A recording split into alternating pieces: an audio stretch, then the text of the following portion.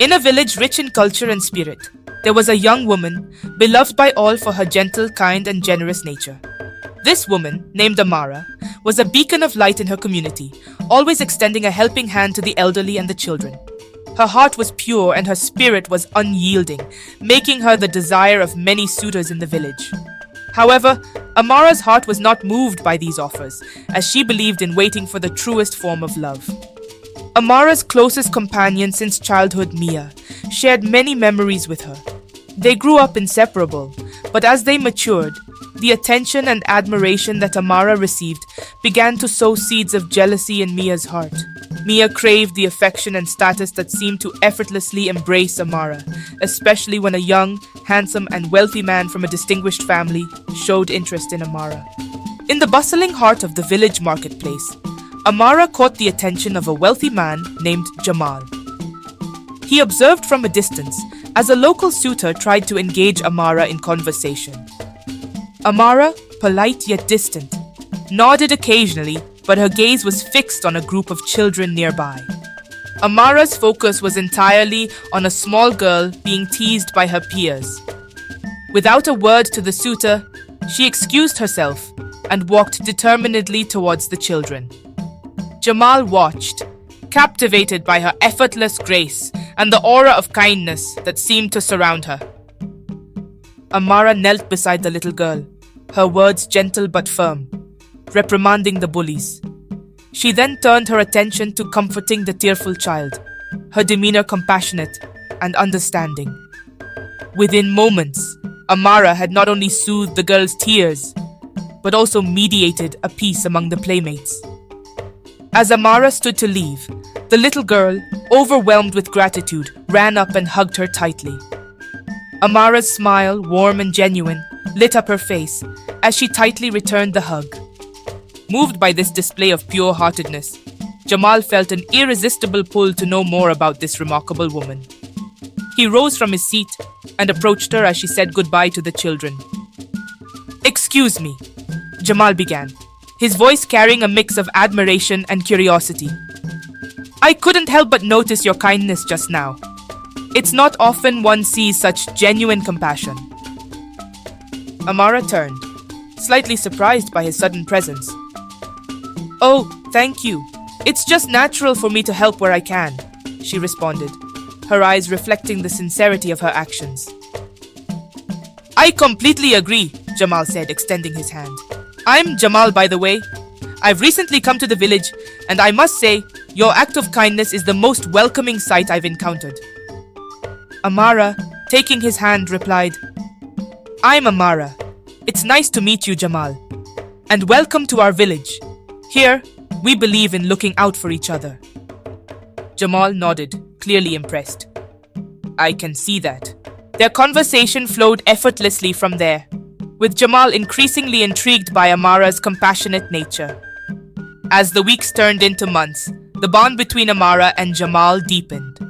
They were often seen walking together along the riverbank, or engaged in animated conversation in the village square.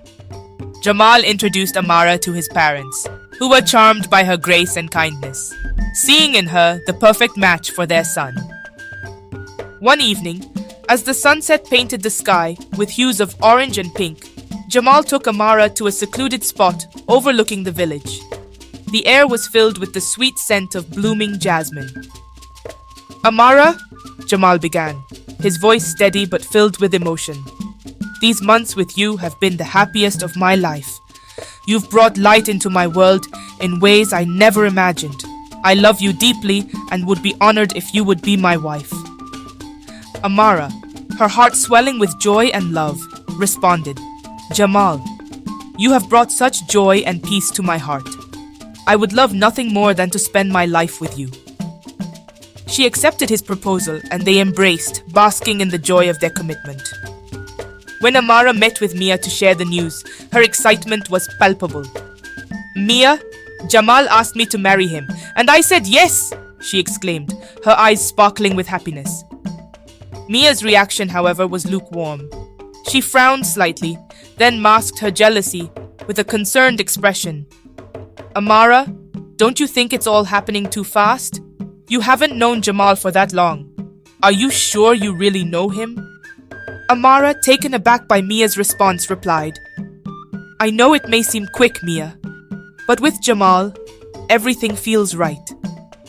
We've grown so close, and his family has welcomed me with open arms. I've never been more certain about anything in my life. Mia, struggling to keep her envy concealed, pressed on. But marriage is a lifelong commitment, Amara. Are you sure he's the one? You might be overlooking things because of the excitement. Amara, confident in her feelings, responded gently. I understand your concern, Mia, but my heart is sure. Jamal and I share a deep connection and understanding. I've never been happier.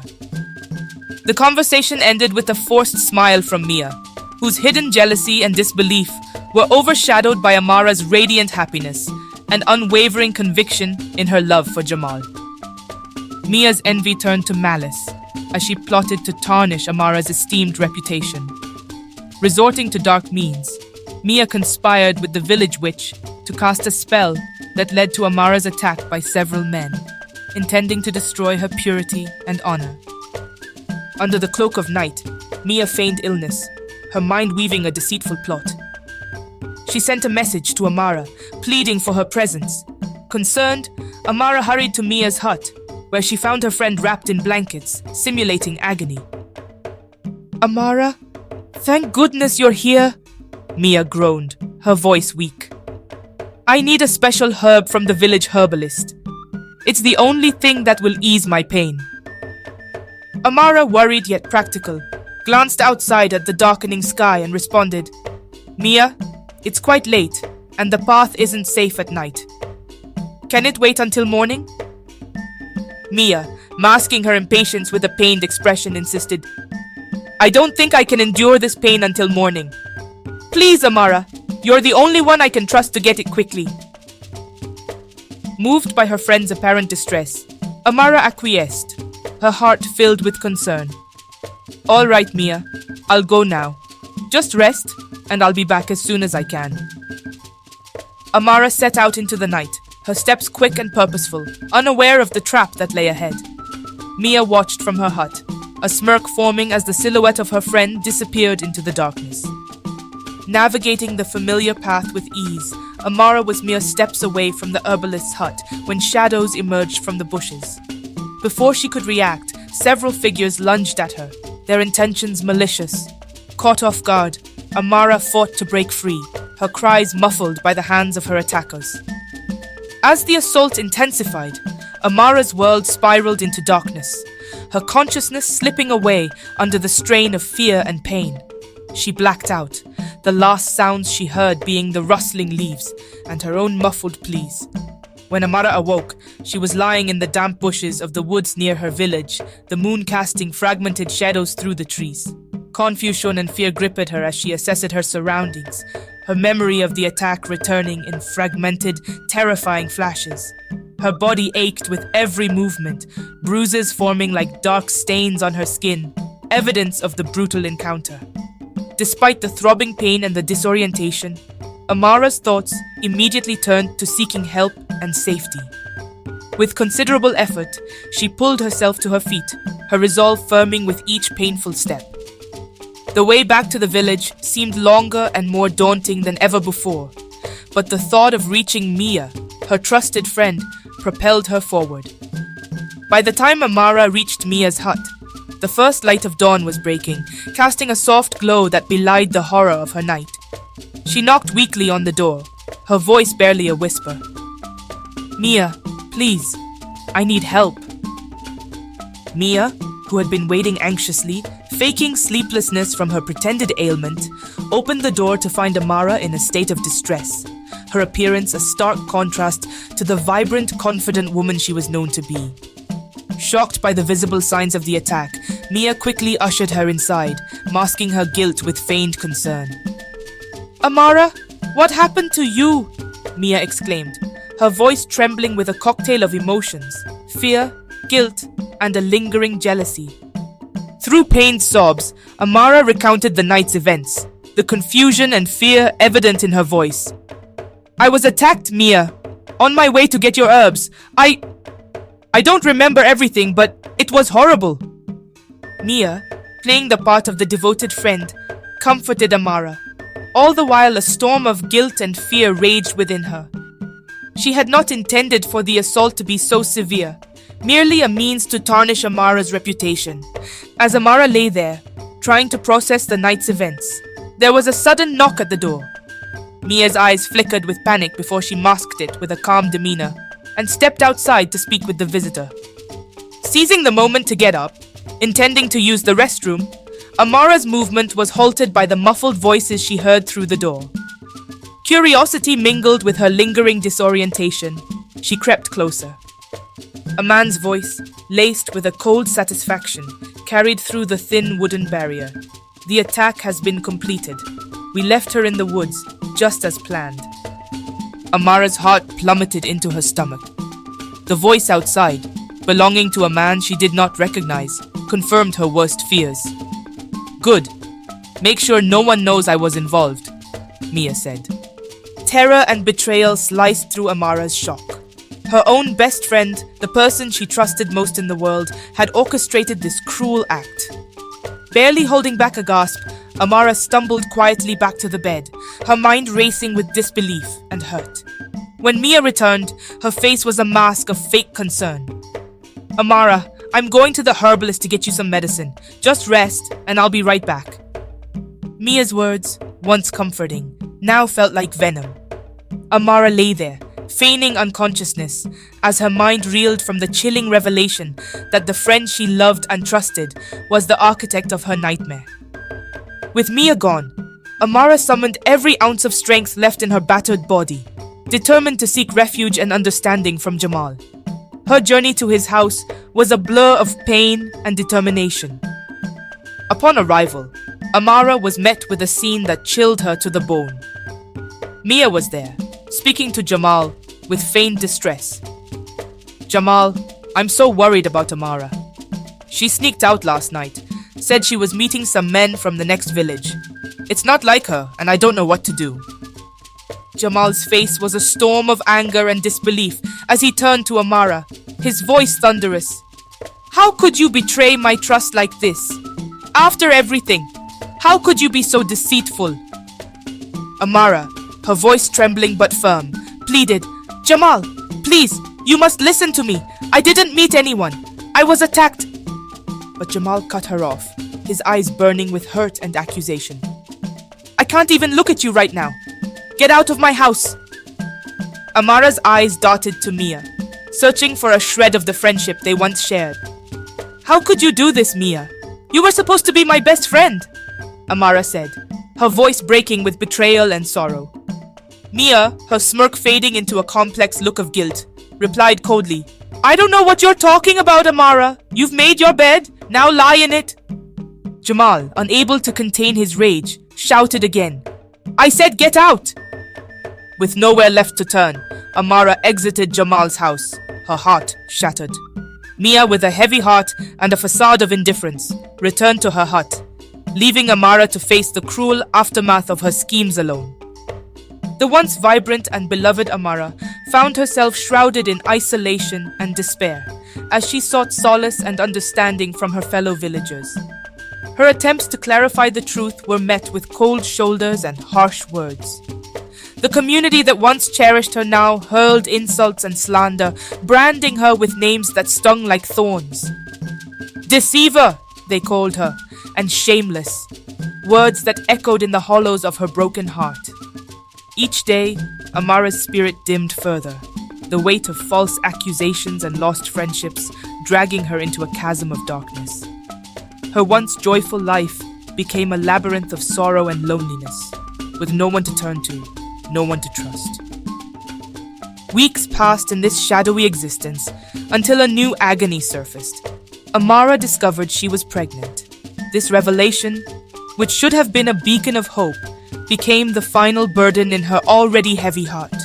Tormented by visions of further scorn and disgrace from the village for bearing a child out of wedlock, her mind frayed at the edges, consumed by dread and hopelessness.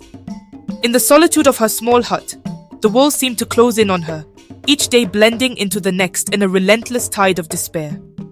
The joyful chatter and laughter that once filled her days were replaced by a deafening silence, broken only by the whispers of her own desolation. Amara, overwhelmed by the judgment she faced for a crime she never committed, and terrified of the future as an outcast and a single mother, saw no escape from her pain.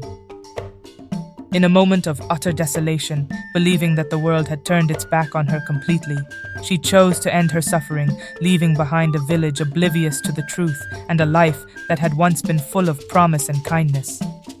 The morning air in the village was heavy, not with the usual songs of birds or the laughter of children, but with a somber silence that swept through the streets like a mournful wind. The news of Amara's untimely death spread rapidly, casting a shadow over the community that had once been her home. When Mia heard the dreadful news, a cold hand of dread clenched her heart. The walls of her hut seemed to press in on her, each whisper of the wind sounding like Amara's voice, accusing her of betrayal. Guilt gnawed at her soul, the realization of her role in her friend's downfall crashing over her like a relentless wave. She remembered Amara's kindness, her unwavering friendship, and the moments they shared before envy poisoned her heart. Tears streamed down Mia's face, each one a testament to the deep well of remorse and shame that had replaced her once fierce jealousy. Meanwhile, Jamal was struck with a profound sense of regret. The news of Amara's death forced him to confront the harshness of his own actions. Sitting alone, his thoughts were a tumultuous storm of what-ifs and could-have-beens. "Maybe I should have listened to her," he murmured to the empty room, his voice barely a whisper, laden with sorrow. The memory of Amara's tear-filled eyes and her pleas for understanding haunted him. He realized too late that his anger and pride had blinded him to the truth of her character, to the love and respect he once held for her.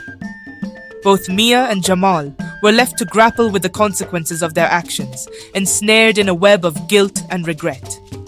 In the aftermath of tragedy, the village too seemed to pause, reflecting on the loss of a soul who had once been a beacon of light and kindness in their midst. A year after Amara's tragic end, Mia seemed to have found a semblance of happiness. She met a kind-hearted man who loved her deeply, and for a while, it appeared that she might have a chance at redemption and joy. However, as the moon took its nightly throne in the sky, a strange and uncontrollable urge began to haunt Mia. Despite her best efforts to resist, she found herself compelled to leave her bed and seek the company of other men in the village. This pattern repeated itself relentlessly. Each time Mia thought she had found love and stability, her nocturnal wanderings would destroy it all. Her relationships crumbled, one after another, leaving her alone and despised. Word of Mia's nightly escapades spread throughout the village, and she soon became the subject of scorn and ridicule. The same ugly names she once allowed to be attached to Amara were now directed at her, a bitter irony that did not escape her notice. Desperate for answers and relief, Mia sought out the wisdom of a village elder, a man known for his deep understanding of the spiritual and the arcane. She confessed her plight, her voice trembling with the weight of her guilt and the chaos of her life. The elder listened intently, his expression grave. After a long silence, he spoke, his voice carrying the weight of unwelcome truths. "Mia, what you suffer from is a curse, a manifestation of the dark energy you unleashed upon Amara. Before she departed from this world, her spirit called out for justice, and it has been served through you. You are destined to live the torment you intended for her, to know the pain and the shame of being ostracized and condemned." Mia's face drained of color as she absorbed his words. The elder continued, "This curse is irreversible, for it was born of a deep and abiding injustice. You will seek the company of men night after night, each encounter a reminder of the shame you inflicted upon your friend. It is a burden you will carry to your grave, a direct reflection of the malice you bore Amara." Mia left the elder's presence, her soul crushed under the weight of her actions and their irrevocable consequences. The curse was not just a punishment, it was a mirror to the agony and disgrace she had forced upon Amara. a perpetual reminder of the deep wounds she had inflicted on her once dearest friend. This tale serves as a poignant reminder of the destructive power of jealousy and the unseen forces that shape our fates, urging us to cherish the bonds of friendship and the purity of our intentions. I want to thank you all for your continued support. Do you think justice was served in this story? Do you think Mia got what she deserved? Let me know in the comment section what you think. I would love to hear your feedback. Please do not forget to like, share and subscribe, as it helps us to grow our channel. See you in the next story.